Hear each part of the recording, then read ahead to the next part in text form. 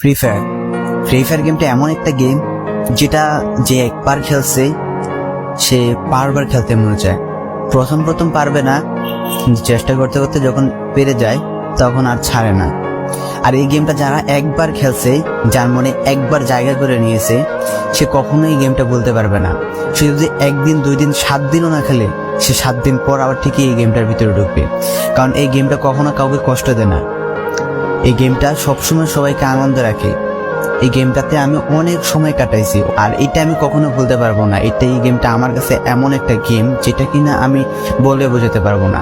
And এই গেমটা শুধু আমার কাছে না, আমি মনে করি যে প্রত্যেকটা ফ্রি ফায়ার প্লেয়ারের কাছে অনেকটা ইমোশনাল টাইপের একটা গেম হয়ে গেছে। কারণ এই গেমটাতে বর্তমানে যে অবস্থা হচ্ছে, যে গেমে এমন আপডেট দিতেছে, আপডেট দেওয়ার কারণে পুরো গেমটাই চেঞ্জ হয়ে যাচ্ছে। আগের ফ্রি ফায়ার আর আগের মতো নেই।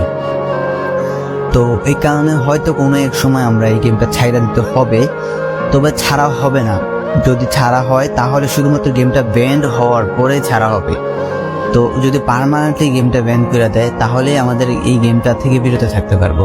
আর না হলে কোনোভাবে ছাড়া, যতই আপডেট আসুক না কেন আমরা ছাড়তে পারবো না। এই গেমটার প্রতি যত একটা মায়া জড়াই গেছে, তো এটা আমাদের পক্ষে ছাড়া একবারে